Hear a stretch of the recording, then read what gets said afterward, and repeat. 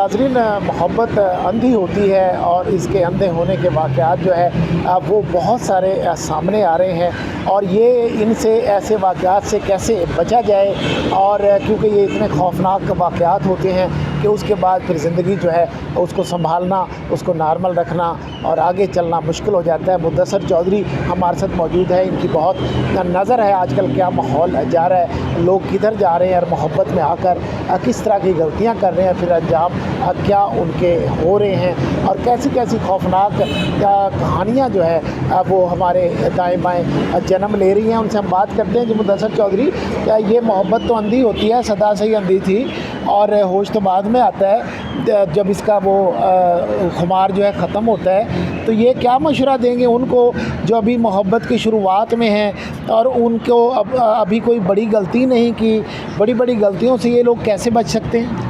मैं ये बात शुरू करने से इससे पहले आपको एक बात बता दूं कि मोहब्बत को हमेशा पाक रखें, ताकि अगर आप लोग वो आपकी किस्मत में नहीं भी है तो आपका किरदार बेदाग रहे और आप कम से कम माशरे में और हर बंदे के सामने अपनी नज़रें उठा के चल सकें। अब आइए दूसरी बात, मोहब्बत आंधी होती है, बिल्कुल ऐसी बात नहीं है। जब आजकल इतने ज़्यादा स्कैंडल और चीज़ें, यूनिवर्सिटी, कॉलेजेस, बहुत सारी चीज़ें जो हमारे पास केसेस आती हैं चीज़ें, उसमें पहले ये होता है कि एक वक्त तक साथ चलते हैं और उसके बाद कहते हैं जनाब शादी के लिए मेरा तो भाई नहीं माना, ठीक है। यहाँ लड़की कह देती है मेरी माँ नहीं मानी।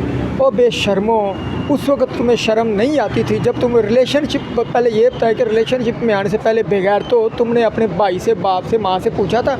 अब तुम जो है वो ये नई बातें सुनाई जा रहे हो।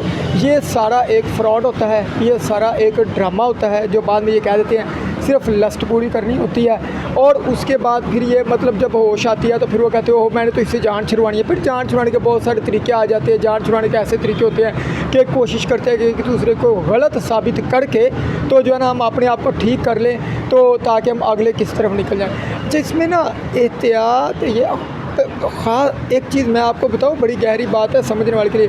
खरबूजा छुरी पे गिरे या छुरी खरबूजे पे गिरे, कटना खरबूजे नहीं है, मतलब नुकसान उसी का ही होना है। तो ये एक मैसेज है समझने वालों के लिए।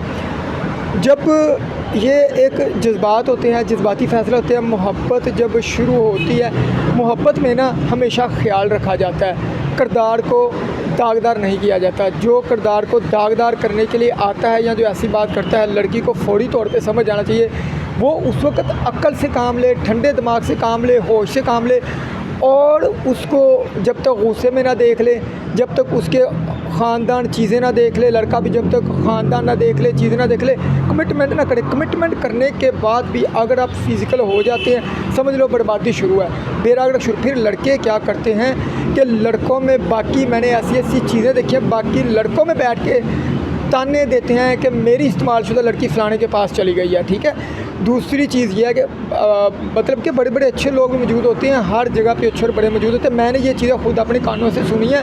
फिर लड़की को गंदा करने की कोशिश करते हैं, गंदा करते भी। तो इसलिए अगर मोहब्बत पाक हो तो ये फ़साद यहीं से शुरू ही ना हो।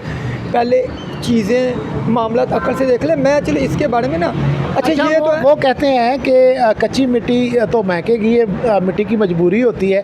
हर आदमी ने इस प्रोसेस से गुजरना है। ये जज्बे होते हैं और जज्बों को संभालना, कंट्रोल करना इतना आसान भी नहीं होता। बेलगाम से जज्बे होते हैं और पता भी नहीं लगता कि कब कहाँ किधर चले जाएं, वो किधर आपको बहा के ले जाएं। तो इसी चक्कर में लोग गलतियां करते हैं। तो आप जो है मोहब्बत में अपनी आंखें खुली रखें और रिश्ता अगर आप देख रहे हैं फ्यूचर में शादी वगैरह के लिए, तो कैसे उसको जज्बात को अपने पीछे रख के, कैसे अपने दिमाग को नॉर्मल रख के उसके बारे में सोचें। जैसे फैमिली रिश्ता तलाश करती है, लड़के को देखती है फ्यूचर के लिए कि ये सही रहेगा कि नहीं रहेगा, न्यूट्रल हो के उसके बारे में कैसे सोचा जाए ताकि गलती ना हो।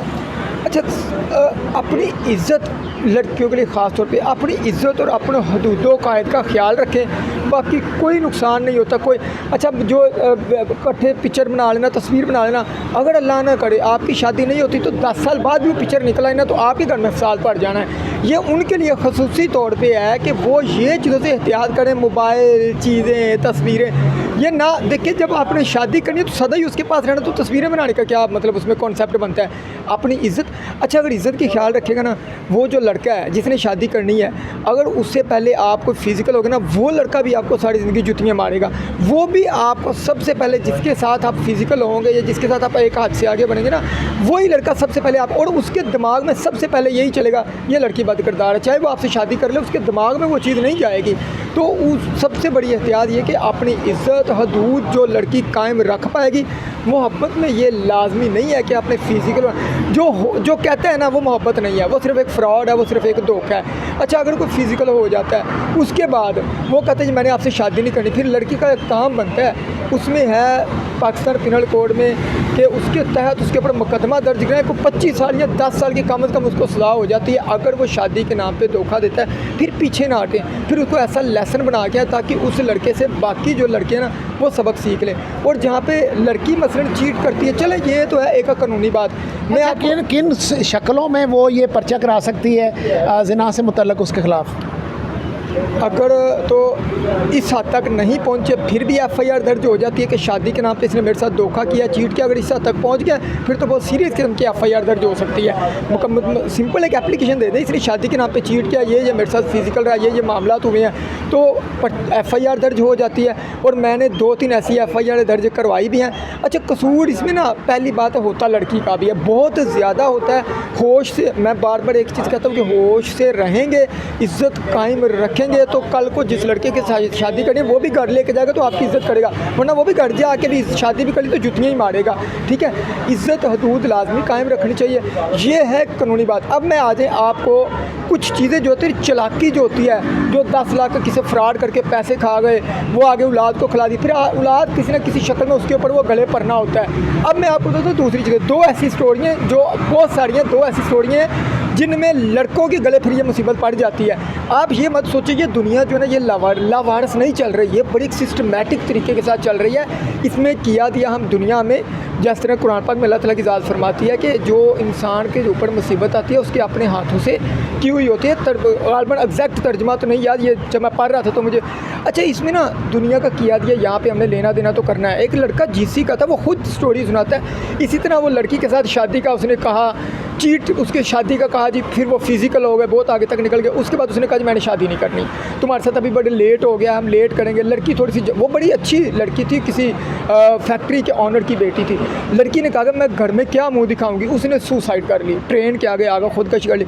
अब वो लड़का स्टोरी सुनाता है कि मैंने CSS करना था, उससे फेल हो गया, उससे आगे मैंने सिंपल BA के पेपर दिए, उसमें मैं फेल हो गया। फिर वो कहता है जी मेरी सारी ज़िंदगी अजियत बन के रह गई, इस तरह मैं मतलब कि आगे मेरे घर में मुसीबत है। फिर अल्लाह ने मुझे लंबी ज़िंदगी दे के हर तरह की अजियत दिखाई अल्लाह ताला की ज़ात ने। ये वो लड़का अपनी स्टोरी खुद सुनाता है। इसी तरह एक हमारे ही मतलब कि अपनी सोसाइटी का, हमारे क्लास फेलो का ये एक वाक़या है, उसमें भी इस तरह लड़की ने धोखा दिया था, तो वो लड़के बाद में वो मतलब कि आगे उसके घर औलाद नहीं हुई, इतनी ज़्यादा मुसीबतों में फंस गया। ये लेसन है दोनों को तरफ, लड़के और लड़की, ये धोखा दे के ये मत सोचे मैंने बहुत ज़्यादा मार कमा लिया, चालाकी कर लिया। लड़कियाँ भी इस तरह जो धोखा दे के आगे जाती हैं ना, वो ज़माने की जुतियाँ खाती हैं। कानून तो अपनी जगह पे है, लेकिन चालाकी करने वाला जो बंदा होता है ना, वो कहीं ना कहीं जाके अपने अजाब में ज़रूर फंस जाता है।